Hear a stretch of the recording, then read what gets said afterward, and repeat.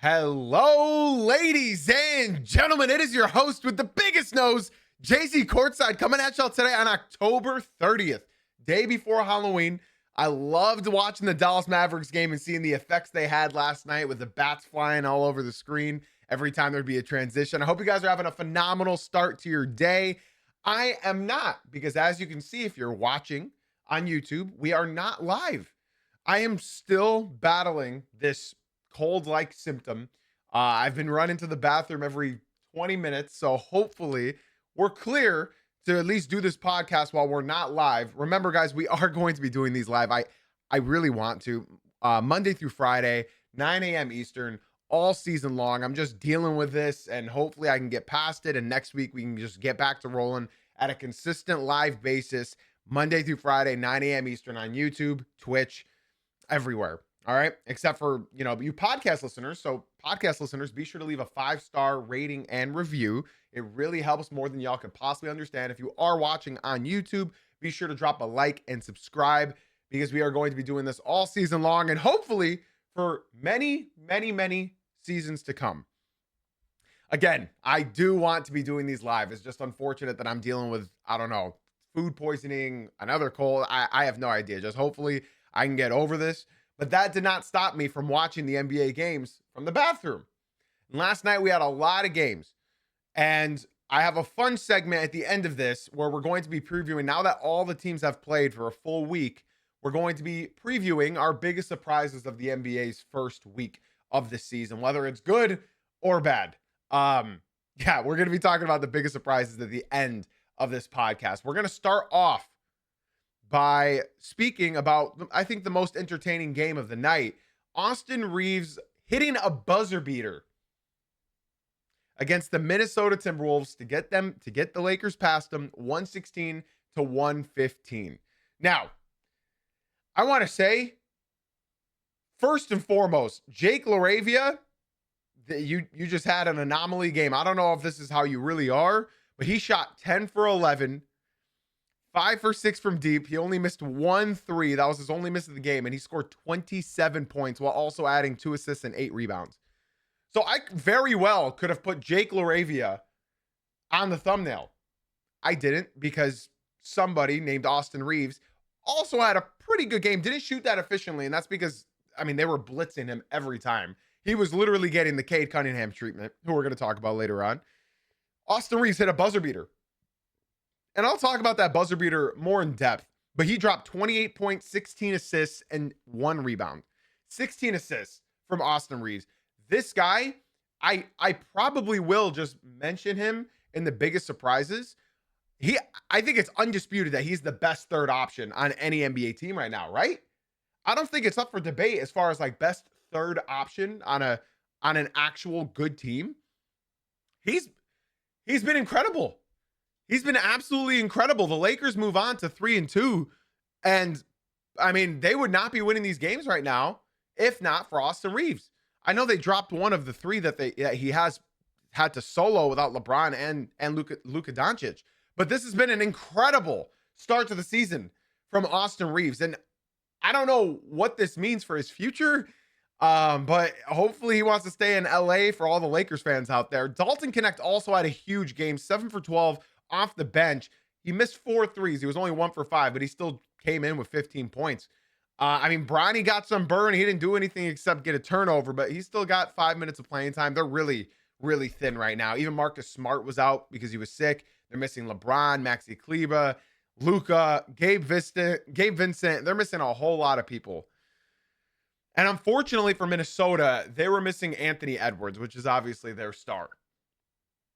I will say, on the Austin Reeves game winner, what I wanted to mention and highlight most importantly was what the Minnesota Timberwolves were doing defensively on that play. Now, I know the Lakers were up. I think the Lakers were up by like 15 in the fourth quarter. Minnesota came back. Jaden McDaniels had an unbelievable game. 30 points, 11 for 19 shooting. Julius Randle, 50% shooting, 10 for 20, 33 points. So he led the game in points scored. But my issue isn't with either of those guys.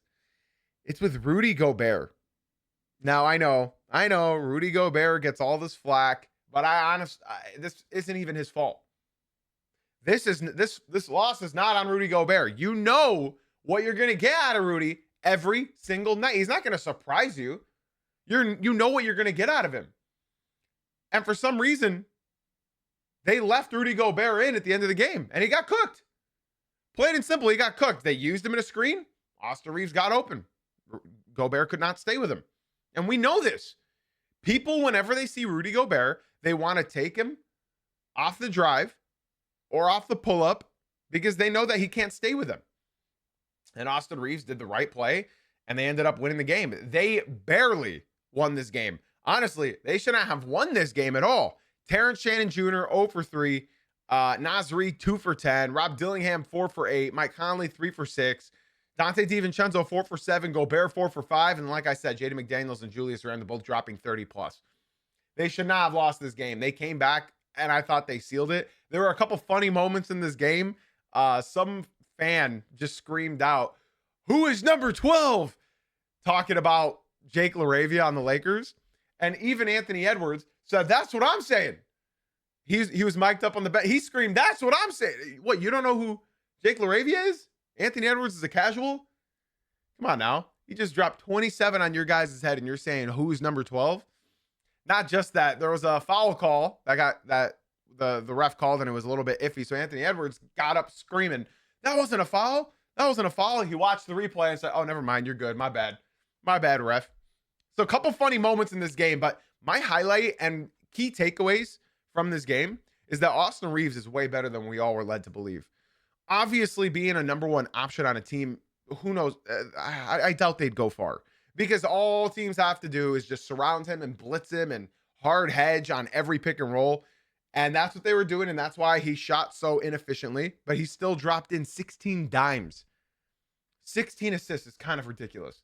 He was settling for jumpers. He took 11 threes and only hit 3 of them. Jake LaRavia saved the game. Dalton Connect saved the game, gave them a bit of energy. I mean, this was a pretty defensive game, all things considered. I mean, when you look at NBA games now, it was pretty defensive oriented. How many fouls?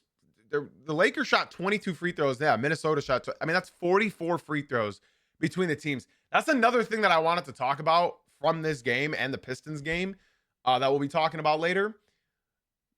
I don't know if you guys have paid attention to the statistics. With all of the fun stuff that's been going around the NBA, all of the high scoring, all of the surprises, the gambling, and all that spiel, there's been a lot of foul calls.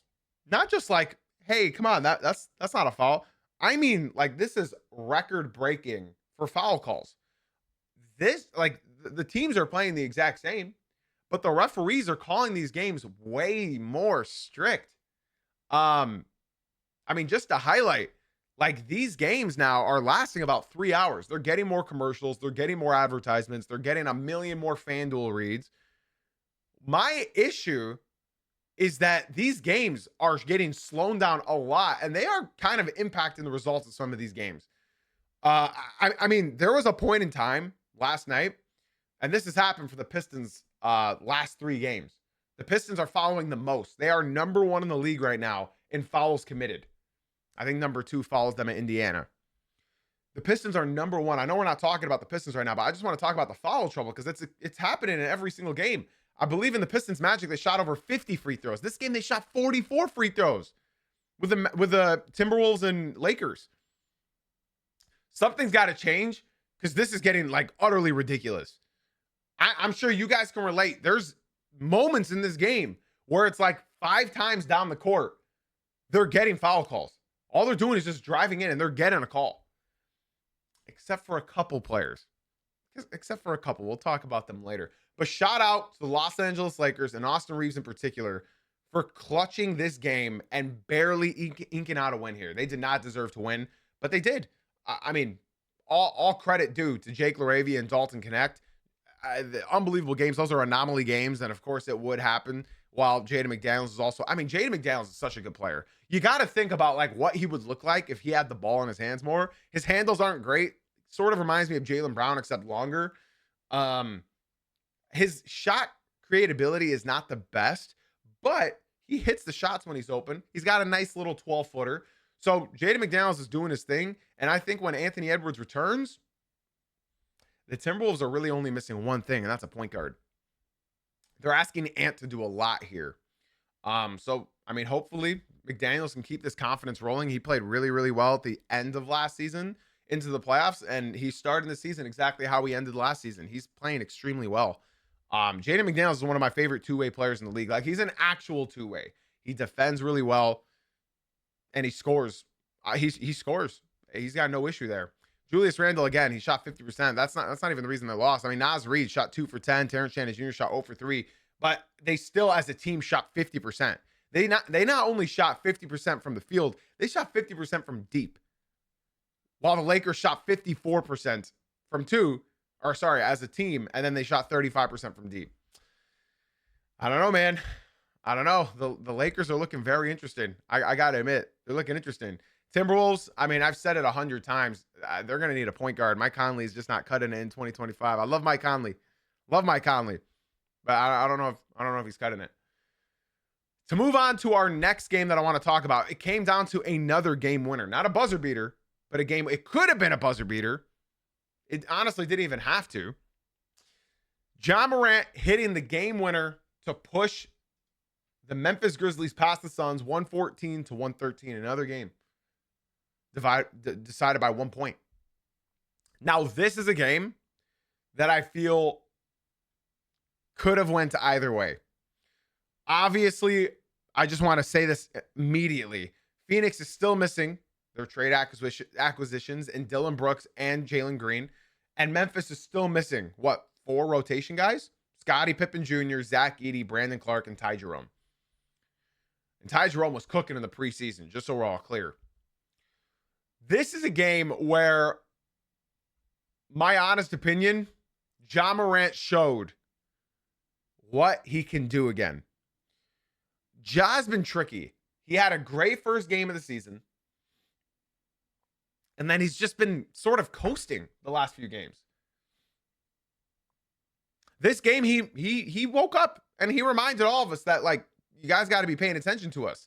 I will say this was not that enjoyable of a watch. I didn't stay up all the way to finish it, but I did watch the condensed version this morning.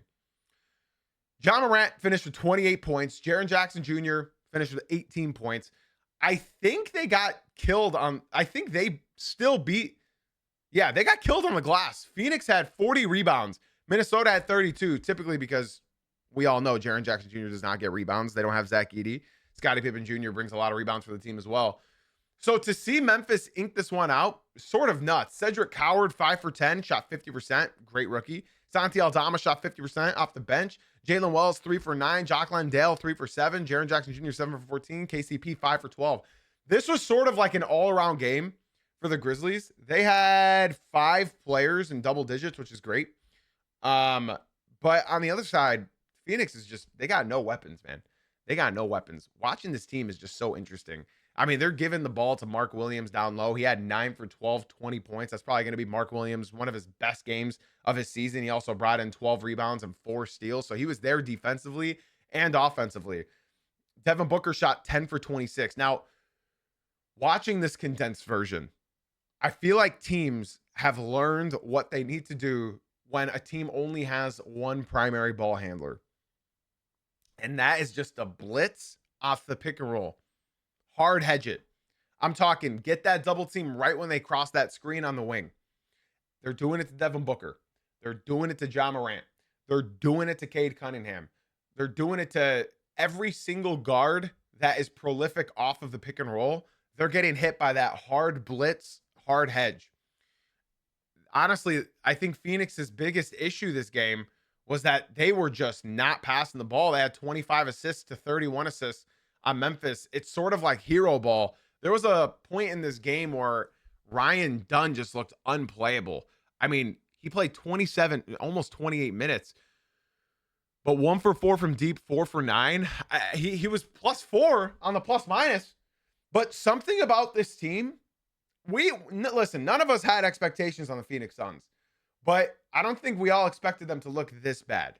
I didn't expect them to look this bad. Obviously, they're still missing Dillon Brooks and Jalen Green, but how much are they really going to help? I guess they might help relieve Devin Booker a bit. They moved to 1-4, and the Grizzlies moved to 3-2. I think the biggest issue for the Phoenix Suns is that, I mean, teams are just blitzing Devin Booker. I think maybe having Jalen Green and Dylan Brooks would help. Dylan Brooks was taking more shots than Devin Booker in the first 3 games of the season. So now that they're missing him, they're missing all of those shot attempts as well. I think personally that the Phoenix Suns, when they get Jalen Green, when they get Dylan Brooks back, when all of that is fine and dandy, Devin Booker might be able to shoot more efficiently, because this is like his two players in this league are shooting at their worst percentages right now in their entire careers. It's Devin Booker.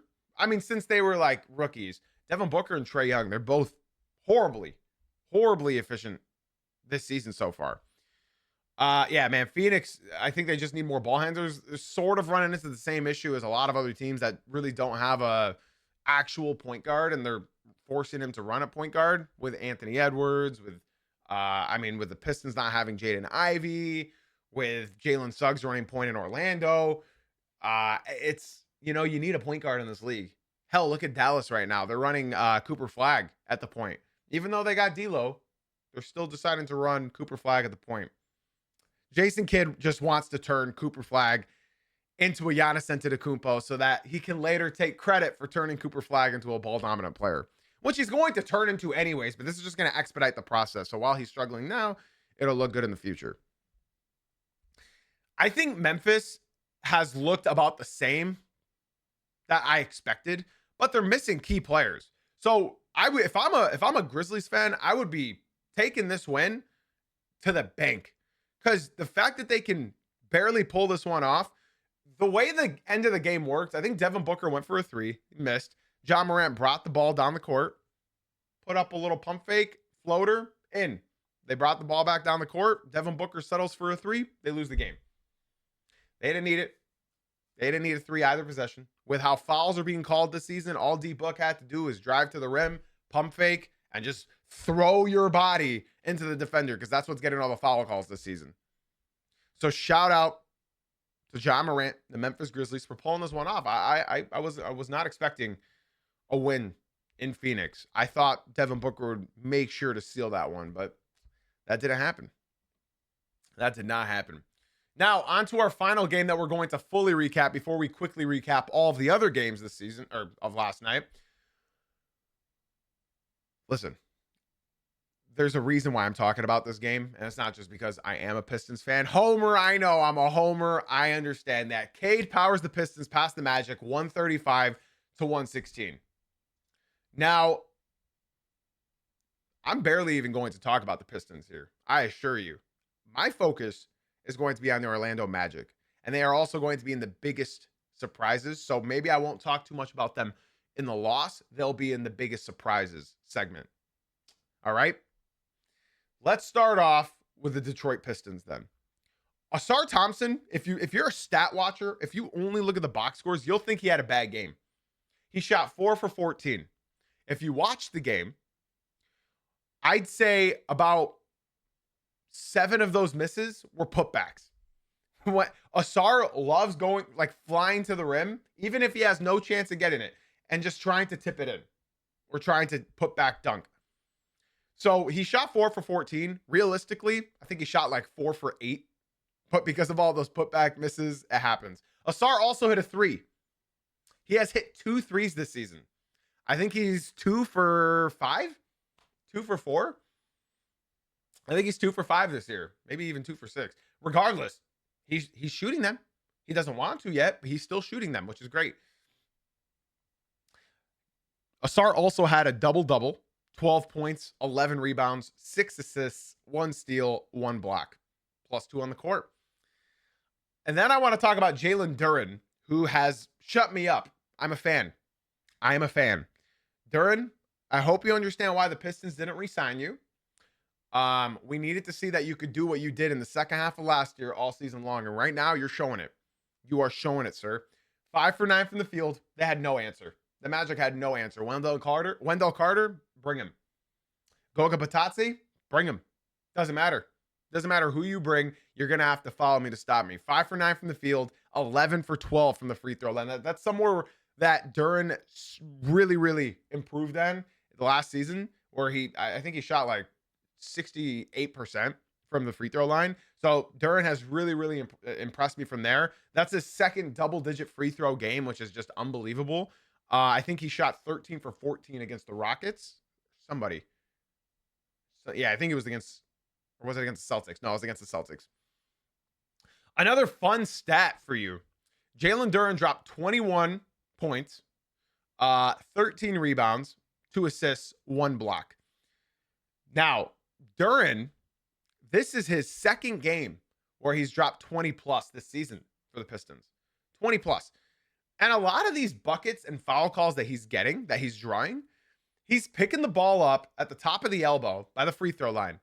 And 1 pivot, 2 pivot, tween, cross, go up for a layup or dunk, they foul him.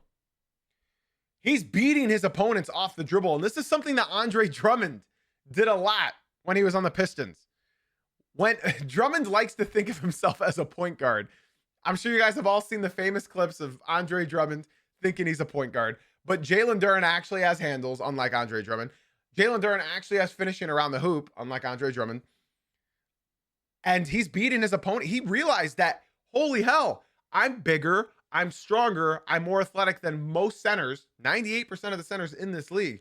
I can just beat him off the dribble or take him into my post. He's drawing those fouls. Jalen Duren has scored 2 20-plus points in 2 games this season. Sorry, I worded that horribly. He has scored 20-plus points in 2 games this season. Last season, he scored 4 in 4 games. Jesus. In 4 games last season, he scored 20-plus. He's already gotten half of those in just 5 games of the season. So shout out Jalen Duren. He's doing his thing. Duncan Robinson, I was fully out on you in the first quarter, first half. Yeah, first half. Duncan Robinson, I was really enthusiastic about his signing. And, you know, part of the reason is because we lost Dennis Schroeder, we lost Hardaway Jr., we lost our key guy, Malik Beasley. I think we're still going to re-sign him. I think as soon as he's cleared, he's going to be a Piston. And we need him. The Pistons definitely need him right now. Duncan Robinson looks like a traffic cone on defense at times. But all Duncan needs to do is just try. And that's what he did last night. First half, he wasn't trying. And then I think at halftime, JB Bickerstaff told Duncan, if you get the ball on offense, shoot it. If you touch the ball, shoot that thing. Duncan was not shooting threes. He was not attempting any shots the entire first half. And most of these games, other than the Rockets game, he just does not want to shoot. So I think at halftime, JB said, if you catch the ball past the 3-point line, just put it up. I don't care where you're at. Just put it up. Out of his 4 threes that he made, all 4 of them were leaners. So Duncan cannot get open right now on this team. And that's because he's our main perimeter threat. He shot 4 for 6 from deep, 4 for 7 from the field, and he had 15 points, 5 rebounds, 2 assists, and a block. He was playing defense in that entire second half, and that's part of the reason why the Pistons ran away with this thing. I want to sort of go through this list as well. Caris LeVert, 1 for 5, 0 for 2 from deep. He looked weird. That was his first game as a Piston. He played a couple preseason games. It was a weird game from Caris LeVert. His defense was there, so I would like to applaud him on his defense, which is the main reason why we got him, and to just bring the ball up the court. Isaiah Stewart was 4 for 5, 1 for 1 from deep. Isaiah Stewart always does his thing. Unfortunately for him, he fouled out. I mean, should I just read you guys these fouls? 4 fouls on Asar, 2 on Tobias, 3 on Jalen Duren, 4 on Duncan Robinson, 2 on Cade, 4 on Caris LeVert. 1 on Caris LeVert, 6 on Isaiah Stewart, 4 on Ron Holland, 2 on Javonte Green.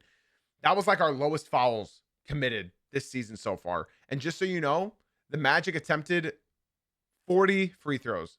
40. The Pistons attempted 34. I think they got 2 late into the game during garbage time. So yeah, Ron Holland is still proving that he's an incredible player and he's on the rise. He hit 2 threes last night, 2 of 5. He was great, but he was just in foul trouble. We can't play him. Javonte Green, incredible. I know he's just a role player, but he played incredibly well. 3 for 5, 3 for 4 from deep. Javonte Green showing it on both ends. I know he's just a role guy or a journeyman of the league, but he has helped the Pistons tremendously. Obviously, the Pistons are still without Marcus Sasser, our backup point guard, and Jaden Ivey, obviously. And yeah, the Magic were not missing any rotational guy other than Mo Wagner, but he's a backup. I didn't even talk about Cade Cunningham and Tobias Harris yet. Tobias Harris, 23 points, 2 steals, 3 assists, 2 rebounds. Paolo Banchero, at the end of the second quarter, he drew another foul on Tobias, one of the many foul calls that he drew. And he wanted to then proceed to talk trash to Tobias Harris. In fact, he called Tobias, I can't repeat the words, but he called him a sorry ass, and then called him trash, and then called him a bum. And then Paolo Banchero proceeded to only hit one more field goal for the rest of the game. I'm not kidding. Got a lot of free throw attempts. So Tobias Harris, 23 points, 8 for 13 shooting. I mean, if you're getting packed up by Tobias Harris, my boy, we'll talk about Paolo Banchero, don't you worry. And then Cade Cunningham. There was a play in the second quarter where Jalen Suggs was driving to the hoop and smacked Cade in the face. Cade already has a bruised cheekbone from 2 games ago. He already does. He ran into a screen, I think, and they bumped heads. He got poked in the eye. He then had a black eye for the rest of the game. He had a vividly clear black eye with his blood vessels in his eyes just bloodshot. Cade Cunningham only had 5 free throws. He made all 5 of them. He was 1 for 7 from deep. Not good. Cade needs to clean it up from three-point land. He was doing really well in the preseason. I think he shot like 60-some% from deep, but he's not playing well from 3 yet. But he shot 12 from 24 from the field. Cade dropped 30 points, 3 blocks, 3 assists. Sorry, let me read this in a clean way. Cade Cunningham, 30 points, 10 assists, 6 rebounds, 3 steals, 3 blocks. The biggest number there, not 3 steals or 3 blocks. He had an unbelievable chase down block on Jalen Suggs, which got me off the couch. 0 turnovers. Now that's huge. That is huge. Cade was playing at his pace. He was being rushed in the last few games. He was playing at his pace like he did all last year.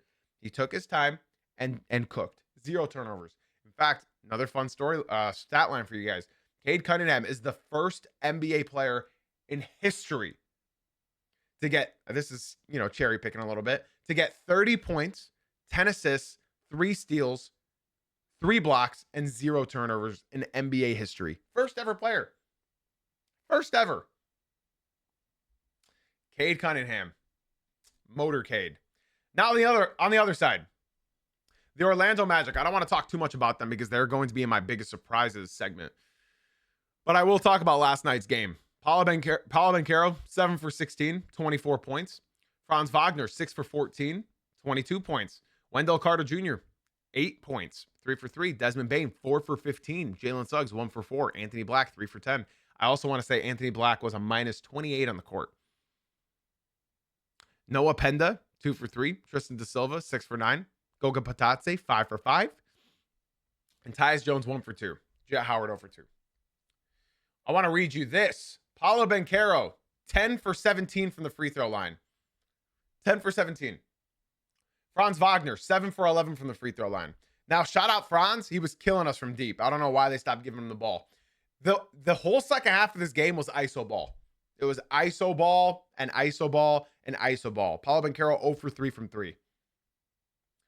It was Paolo brings it up, ISOs, misses. Desmond Bane brings it up, ISOs, misses. Jalen Suggs, ISOs, misses. Franz Wagner wasn't getting his ISOs anymore in the second half. He was, but he was forced to pass out. Same with Paolo. Paolo could not get past Tobias Harris or Isaiah Stewart. He got 1 field goal, and it was a Kevin Garnett deep 2 in the second half. I've been seeing a lot of discourse around Paolo Banchero lately on Twitter, and they're calling him, he's a modern-day Josh Smith. And they're saying that that's going to be his peak. He can't shoot. He's a black hole. Whenever he gets the ball, he's probably going to shoot or burn 20 seconds off the clock and pass it to somebody to get a bad shot. I'm not going to be a Paolo Banchero hater, but I will get involved with a little bit of the smack talk here between the Magic and the Pistons. These two teams hate each other. They hate each other. Paolo Banchero, the whole team, they walked off without shaking hands with the Pistons players. The only players that shook hands were the players on the court, which were their, backups. None of them wanted to shake hands. Cade doesn't get any foul calls. 5 for 5 from the line. he was getting fouled way more than a Paulo Banchero and a Franz Wagner. All these guys would do, drive to the rim, miss. They'd get a late call 3 seconds after the miss. Cade Cunningham doesn't get that same treatment, unfortunately. Paulo Banchero also had 4 turnovers. He had 24 points, 11 rebounds, and 7 assists. The Magic, I don't want to talk too much about you now because I got to talk about you later on in a later segment. So great game from the Pistons. Great bounce back. This is the first real game where you've seen last season's Cade shine in this game. Pistons are still waiting on Jaden Ivey, as well as Marcus Sasser. Hopefully they get back soon. We'll talk about the Magic later, so I don't want to dive too deep into them. Now, quickly, guys, our quick recaps that we go through. I want to talk about real quick. So Houston Rockets, they take out the Raptors. I don't want to talk too much about the Raptors, but because I talked about them a bit yesterday, but I'll talk about them later. I want to give special shout outs to Durant, 31 points, 11 for 19. Jabari Smith Jr., 8 for 16, 25 points. Alperen Şengün, they're doubling Alperen Şengün in the post, which is leaving Kevin Durant open on the perimeter, 4 for 8 from deep. Kevin Durant does not attempt 8 threes per game. He's doing that now because of the amount of gravity that Alperen Şengün is attracting. Sorry, I just punched the mic. My apologies, headphone listeners. Alperen Şengün, 6 for 8. He really didn't need to shoot this game. He still had 18 points, 5 for 8 from the free throw line. The amount of gravity this kid, Alperen Şengün, has, that I don't think Kevin Durant has ever played with somebody that has this amount of gravity other than Steph Curry, which entirely different players. Curry was a perimeter threat. Alperen Şengün's a low block threat. Josh Okogie, 4 for 5. Great game for him. He's great defensively. I saw what he was doing to Cade. Amen Thompson, spectacular game. 0 for 1 from deep. He has not hit a 3 yet this season, and he has attempted, I think, 10 more threes, maybe even 12 more threes than Asar has. 7 for 13 from the field, but he had 18 points, 4 turnovers, which isn't good. 18 points, 9 rebounds, 7 assists. Great game from Amen. Amen and Asar right now. If you were picking most improved player right now, I would go with Sar, but Amen is still showing up and showing out. Steven Adams, 5 for 6. Tar Easton, 6 for 11. They shot 58% as a team. I'll talk about the Raptors later. I'm not talking about them now. Houston Rockets move past the Toronto Raptors by 18. Up next, the Cleveland Cavaliers versus the Boston Celtics. Cavs just laid an egg. They shot 40% from the field, sort of like the game. Listen, that's not even bad. But in today's NBA, when you're giving up 21 threes, I don't know they hit that much. Boston rolled past them. Jaylen Brown had 30 points, 12 for 20 shooting. Yeah, Derek White, 5 for 20. That's the biggest issue for any Boston fan right now. I know Boston fans don't really want to win. They want to get a good draft pick. I know all of that. But you cannot have Derek White shooting 5 for 20. Sorry, I was drinking a sip of my green tea. I don't know what's going on with him. 3 for 12 from deep. It's just not working. Josh Minott. You hear me? Josh Minott and Neemias Queta. Like, those guys are getting minutes. Peyton Pritchard, 4 for 13. They pulled this game out purely because the Cavaliers just were horrible. They were horrible. Donovan Mitchell, 15 points. DeAndre Hunter, 18. Evan Mobley, 19. Just not a good game. All the starters were in double digits. So were the Pistons. I didn't mention that. All the starters were in double digits, but they had no help from their bench whatsoever. Dean Wade, 2 for 5. Lonzo Ball, 1 for 5. Craig Porter, 2 for 4. Larry Nance Jr., 0 for 3. Tyrese Proctor, 1 for 2. Thomas Bryant, 0 for 2. Tough. Up next, Atlanta Hawks versus the Brooklyn Nets. I don't have much to talk about this. I would like to give special shout outs to the homie Jalen Johnson. I love watching this guy ball out. I love watching him play basketball. The Hawks were trying to sell this game late, but they didn't because they're up against the Brooklyn Nets, with all due respect. The Nets, y'all got Michael Porter Jr. dropping 32. That's fun. I mean, this bench, I'm looking right now at the Brooklyn Nets. Igor Demon, 1 for 6. Day'Ron Sharpe, 1 for 3. Jalen Wilson, 1 for 3. Noah Clowney, 1 for 4. Yeah, I mean, Tyrese Martin, 5 for 7. Good for you. Hawks move past the Nets. Next is the Kings versus Bulls. We'll talk about the Bulls later, so I'm not going to talk about them heavily this time. When I say later, I mean because in the next segment we have the biggest surprises part. But yeah, I mean the Kings. What more do I need to say other than I'm sorry to Kings fans? You guys are watching these games. There's not much I have to say. You guys are watching them. Zach LaVine, 30 points on 12 for 19 shooting. Incredibly efficient. Domantas Sabonis, 8 for 14. DeMar DeRozan, 5 for 10. Russell Westbrook, 4 for 9. Dennis Schroeder, bad game, 2 for 9. I mean, at this rate, man, Malik Monk shot 7 for 10. You guys are dropping this game, and it's the Bulls are back. The Bulls are back. Up next, Indiana Pacers versus Dallas Mavericks. This was a very fun game to watch. The Indiana Pacers are 0-4 right now, and they have been like some of the most competitive 0-4 like series I've seen. Shout out the Indiana Pacers, because even without, oh my God, they were missing a lot last night.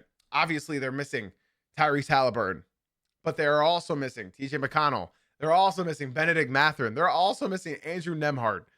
And they signed Mac McClung, former NBA dunk contest champion and G League elite. Kyrie is out for Dallas. Dante Exum, Daniel Gafford, Derek Lively. I want to give a special shout out to the homie Dwight Powell. He was getting MVP chance at the free throw line when I was watching. 4 for 6 from the field. He had 18 points. 18 points from Dwight Powell. I think he's the longest tenured Mav. Since they traded Luka, I think he's the longest tenured Mav. Brandon Williams. This is a guy that I had no idea about until last night. I got to be honest. I don't know if I'm a casual or not. Brandon Williams, 9 for 14 off the bench in 22 minutes. He had 20 points. Brandon Williams, I'm a fan, man. I'm a fan. Listen, Klay Thompson, 2 for 10. PJ Washington, 2 for 8. Max Christie, 3 for 7. They didn't shoot that well. Cooper Flagg, 6 for 11, 15 points. He had 10 rebounds and 4 assists. His playmaking is getting better. Unfortunately, I mean, for the Pacers, you had Siakam drop 27, Jarris Walker drop 20, and Ray J. Dennis 17. That's, at least you guys are making these games competitive for your fans to watch. You guys got your pick next year. So, I mean, hey, Cam Boozer, think about it. I have nothing to say about this game. Pelicans versus the Nuggets. I got nothing to say. Jeremiah Fears led the Pelicans. Zion had 11.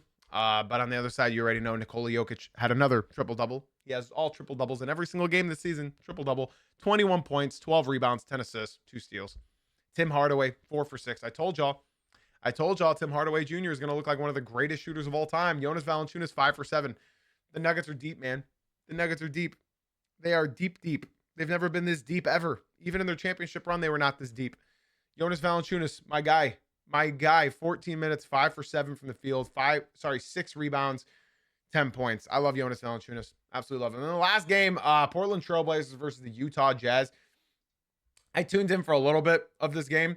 The Trailblazers, all I saw that Drew Holiday was cooking, and he was. He had 27 points, 18 for Jeremy Grant, 10 for Blake Wesley, 17 for Tumani Kamara. Bad game for Donovan Clingan, 2 for 6. And then, yeah, Denny Advia, 19 points. I love Denny Advia. I love the Trailblazers team. Laurie Markkanen still dropped 32 for the Jazz, 18 for Walker Kessler, and Keontae George dropping 29. Ace Bailey, decent game, 3 for 5, 15 minutes, 8 points. And that's going to do it for all the games last night. Now, quick recaps. When I say quick, I mean quick. Guys, podcast listeners, be sure to leave a 5-star rating and review. YouTube watchers, be sure to leave a like and subscribe. Now, let's move on to our final subject. First week NBA surprises. And I got to start with one team. We got to start with 2 teams in particular. And I've talked about them a lot. So I don't want this podcast to drag over an hour because I probably got to go to the restroom. Chicago Bulls. The Chicago Bulls. I know. Listen. Just listen. They have beat all the teams that are like in that tier of not championship contenders, but good teams, playoff teams. They were all expected to be in the playoffs, other than like one of them expected to be in the play-in. They beat my Pistons in game 1. They did choke a 23-point lead. We came back, but we couldn't get it done. They beat the Magic. They beat the Atlanta Hawks. Last night, they beat the Sacramento Kings. And then on Friday, so tomorrow, they're going to be up against the New York Knicks. That will be their first official test. Can you beat a top-tier team? Josh Giddey's been averaging about 20 points per game. Vucevic, baby, Nikola Vucevic is averaging 13.5 rebounds. Giddey's averaging about 8 assists. This team is ranking right now 14th in points, 8th in rebounds, second in assists. And that is why they're winning all of those games. That's why. They are moving the ball around so much. They are moving the ball around an unbelievable amount. It's actually like sort of ridiculous to see how much the Chicago Bulls are moving the ball. And it's because, you know, they're without the DeMar DeRozan. They're without the Zach LaVine. They're without these players. And then you're also seeing the glow up right now of Matas Buzelis. Like, you are seeing everything come to fruition with this team. Bucci Baby's averaging 18.5 points, 13.5 rebounds, 5 assists. Josh Giddey, 19. I already said it. Trey Jones, 12.5 points, 7.5 assists, 3 steals per game. Matas Buzelis is shooting threes and hitting them. Okay, well, he's shooting 33.3%. Still, it's an improvement. Kevin Huerter's having a resurrection. This team is deep. I'm not even lying when I say this. Okoro, God, I forgot how to pronounce this guy's name again.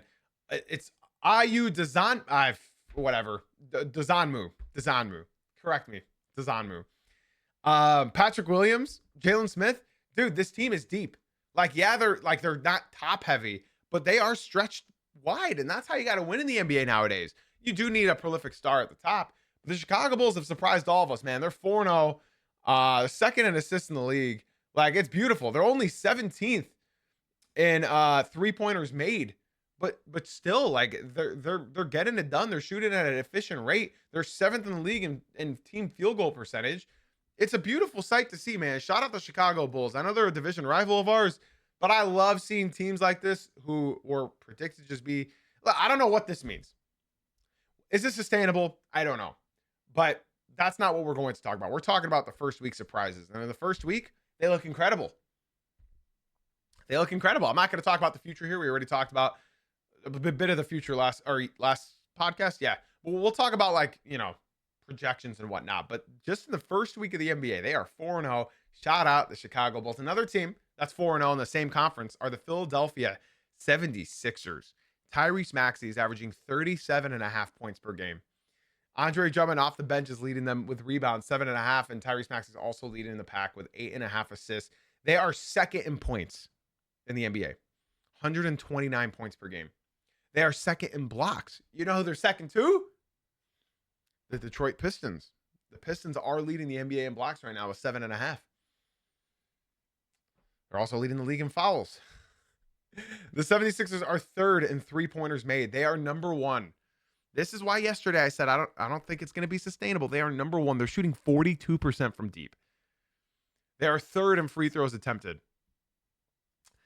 The Philadelphia 76ers are doing a lot right now. And this one might be more shocking than the Chicago Bulls, to be honest, because we always predict the Bulls and then they always do, like, just a little bit better than we predict, or they do exactly what we predict.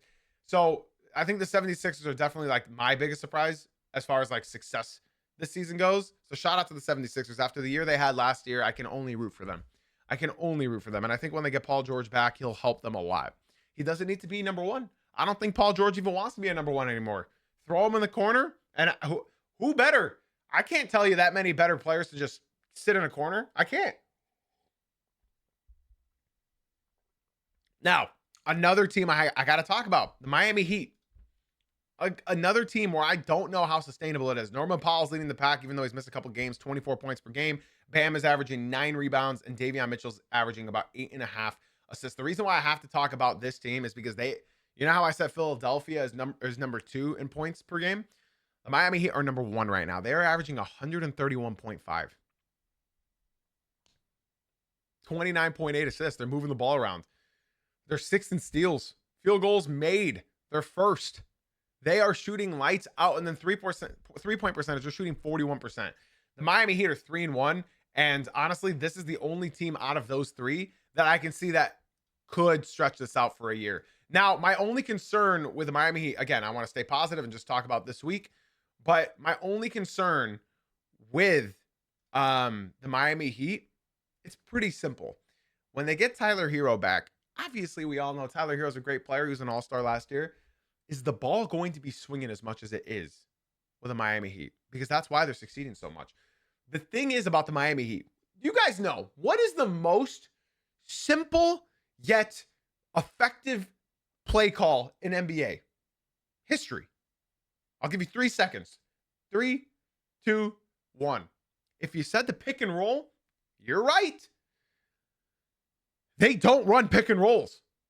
The Miami Heat are not running any pick and pops, any pick and rolls. None of it.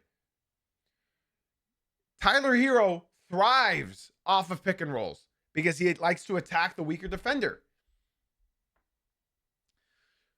So when Tyler Hero returns, can he mold into this play style? My issue is once teams see that they just need to play back, like I'm not saying sag off the three. I'm saying don't play passing lanes. Don't anticipate a pick and roll. Once teams see that all they're doing is just swinging it from one side of the court to the other, is this not going to be easily defended? Just food for thought. Food for thought. The Bucks are 3-1. I didn't really have the Bucks like that low. They have Giannis Antetokounmpo. Their schedule's also been pretty easy. So 3-1. Another couple surprises. I want to stay on positive surprises for now. Thunder, no surprise. 5-0. The Spurs, 4-0. This does surprise me. Again, they're up against, so it's sort of a cakewalk here. Dallas, Pelicans, Nets, Raptors. I think right now those are the three of the four worst teams in the NBA. In the Pelicans, Nets, and Raptors. They're up against the Heat tonight. That is the game to watch, ladies and gentlemen. That is the game to watch tonight. I was wondering what I'm doing tonight. I'm watching the Spurs versus Heat. I'm excited. That should be a very fun game. The Spurs, we all know, we didn't expect Wembanyama to make this big of a leap. We didn't expect Stephon Castle, Devin Vassell. We didn't expect we didn't expect Dylan Harper as a rookie right now to be doing what he's doing. This team, I think they're everybody's favorite team right now until next year when everybody will hate them. As soon as they see any sort of success, we'll see what happens. Now, still speaking on positive, surprising teams. Warriors, I'm not surprised. We saw how they ended the season with Jimmy Butler, and now with the insertion of Kuminga in the starting lineup, doesn't surprise me. Shout out to Kuminga for doing what he's doing and changing the way he plays basketball. Okay, surprises. No more from the West other than the Pelicans. I mean, we all knew they wouldn't be good, right? I don't really think that's a surprise. Let's head back out west. Pacers being 0-4 is, listen, they made the finals last year. It's arguable that they should have won the finals last year had they not lost Tyrese Halliburton. I don't think it's surprising that they're 0-4 right now. I think we all sort of know what it's weird because I've never seen a team tank so early on, but they're doing it. And they're competitive tanks. Each game has been close. Now, three more teams. Three more teams I want to talk. Nets, we knew they'd be horrible. 3 teams for some more surprises. The Atlanta Hawks. I'm going to start with them. It's not that they're that bad. They're 2-3, right? They're not bad by any means. 5 games in, but they haven't looked good, and that's the biggest issue. They can't get any rebounds. And they don't. They're not playing any defense. I think I'm not going to overreact on the Hawks in the first week, but they have not looked good in the first week. So hopefully for Hawks fans, your goal is to look better. I will say, as an individual, speaking on individual surprises, shout out VJ Edgecombe in Philly. I can't do that. And shout out Alex Sarr in Washington, dropping 31 points, 11 rebounds, 5 assists, 2 steals, 2 blocks. I was struggling to think of the best player on each team. Alex Sarr has improved. And I'm a big fan. I'm a big fan of Alex Sarr. I really hope he has success. Another biggest surprise I have is Jaime Jaquez. I thought this guy was just going to mail it in for the rest of his career. I thought after last year he was cooked. Jaime Jaquez, I mean, bro, keep it up, man. Keep it up. He was a plus 43 in their last game against Charlotte. To be fair, I could probably be a plus 15 against Charlotte. They're 2-2. They're 2-2. 2 more surprises, y'all, and they're both negative. Okay. The Toronto Raptors. This is why I didn't want to talk about them losing to the Rockets. They gave up 139 points. 139 points. So going into this season, When you look at the identity of this team, you think it screams ISO ball on offense and lockdown clamps on defense. We didn't see their defense, so we couldn't really predict it. The front office came out and said, this team is defense oriented. We're going to be locking up teams. I think the defense on this team is insurmountable. We're great. They're ninth in offense. Offense is not their issue. They're averaging 121 and a half games or points per game. They are 30th in rebounding, 27th in blocks. Okay. What we need to understand is they are not stopping anybody. They are not stopping anybody. Any team they're up against, they are dropping 130 something on them, if not 140. I don't know what the hell is going on, but the defense on this team is absolutely horrendous. It's the worst defense in the league. Funny enough, the next team I'm going to talk about is right there with them, being the second worst defensive team in the league. Toronto Raptors, worst defensive team in the league. I was not expecting this, man. You guys have too high of a payroll. I think they might have a top 3 payroll in the NBA, and they're 1-4, and they have not looked good. RJ Barrett is the one. I just remember hearing all Raptors fans talking about RJ Barrett is the odd man out on this team. He's the only guy that's consistently performing for this team. So shout out to RJ Barrett. Now I'll admit, Jakob Poeltl has looked hurt. He was out last game. He does not look good. He's got back spasms, back pain. He can't carry the team. He's got a bad back. The Toronto Raptors, I have nothing positive to say in the first week other than shout out RJ Barrett. Worst defense in the league. Now, talking about the second worst defense in the league, the Orlando Magic. This is a team that was top 3 in defense last year, and they were number 1 for the majority of the season. What is happening? The offense is not Orlando's issue. It's not their issue whatsoever. They dropped 116 last night against Detroit. They dropped 124 against Philly. 98, sure, against Chicago. That's fine. You can have a bad game. And then 107 against the Hawks. The offense is an issue when it's just ISO ball. It's just ISO ball. They don't have a point guard. Jalen Suggs is a great player. He's not a point guard. Jalen Suggs is a phenomenal player. He's not a point guard. Paolo Banchero still can't shoot. Franz Wagner still can't shoot. Relatively had a good shooting night last night. Paolo Banchero is not a threat whatsoever on the perimeter, offensively or defensively. Franz Wagner, not a threat on defense whatsoever, especially on the perimeter. The defense is dead. The defense is cooked. They have no defense whatsoever. I saw Pistons just breaking them down and going to the basket, passing cuts over and over and over and over and over again. The biggest issue of Orlando last year was that they couldn't shoot from 3. Guess what? They mortgaged their whole future for one of the best 3-point shooters in the league in Desmond Bane. He's not doing it. He's had games where he's hitting multiple threes, not at an efficient rate. He's had, I think, a game or two where he has shot at an efficient rate. It's not enough. It's not enough. They had a game where they made 3 3-pointers in the entire game. A 48-minute basketball game. They hit 3 3-pointers. In my adult league, we're hitting 3 3-pointers in the first 5 minutes of the game. They still rank 30th in 3 points made per game. They rank 30th in 3-pointers attempted per game. And then they rank 28th in 3-point percentage. 29th in assists. Y'all, this is not an anomaly. This is this is scary. I said it at first that I think the Magic should have the biggest jump when you look at their team and look at their acquisitions for over the summer.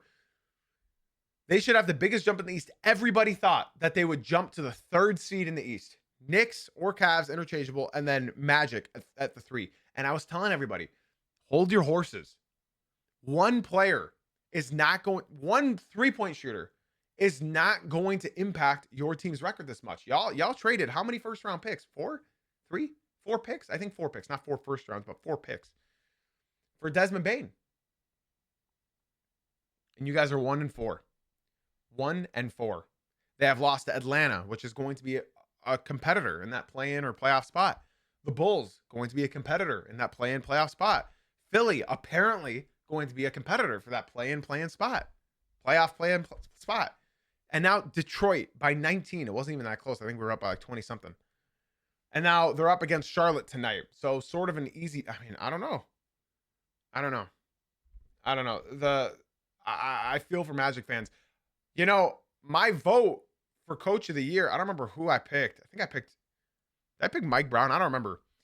But I said Jamal Mosley is leading the FanDuel votes in coach of the year votes. I think he's going to be the first coach fired. Either him or Willie Green of the Pelicans. Either him or Willie Green. I personally think Jamal Mosley is going to be the first head coach fired. I don't know. They don't have any offensive schemes. It's just, here, you shoot now. Here, you shoot now. Here, you shoot now. And then, no, their center rotation's horrible. I like Goga. But yeah, man, it's just not looking good. It's not looking good for the Magic. I'd be worried if I was a Magic fan. Now, again, this is just the first week. So I could be eating my words here next week. That's how quick the tides shift in the NBA. So we'll see. Ladies and gents, that is the podcast today. I hope you guys were enjoyed. I hope you guys were entertained as much as I was. This was a long one, especially after yesterday's short one. It was a 37-minute one. Today's almost an hour. So I hope you guys did enjoy. If you did, podcast listeners, be sure to leave a 5-star review and rating. Please, YouTube watchers / listeners, be sure to drop a like and subscribe. Follow the podcast feed. Follow the Twitter. Follow the main YouTube channel. Join the Discord server where we talk hoops around the clock. I would love for y'all to come through, man. For real, join the Discord server. Because yeah, we don't have enough of y'all, and I'm really trying to.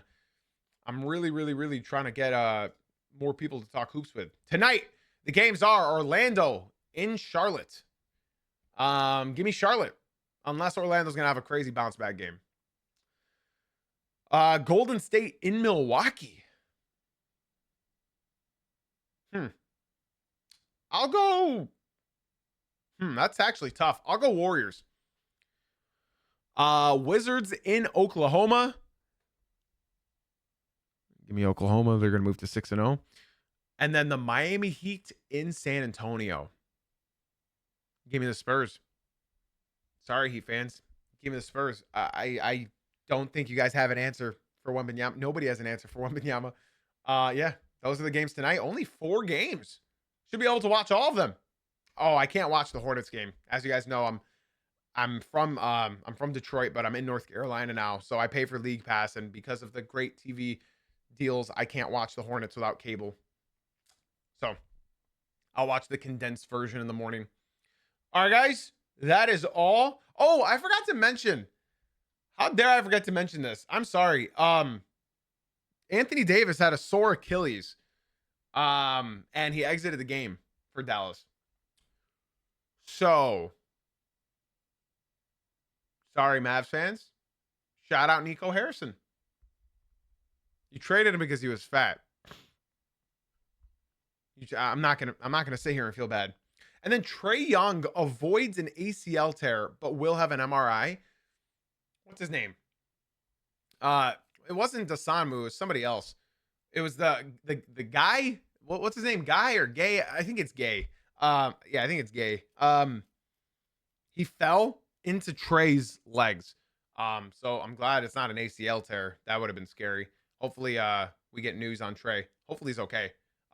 If the Hawks are missing Trae Young, then that team is just god awful. So I hope Trae is fine.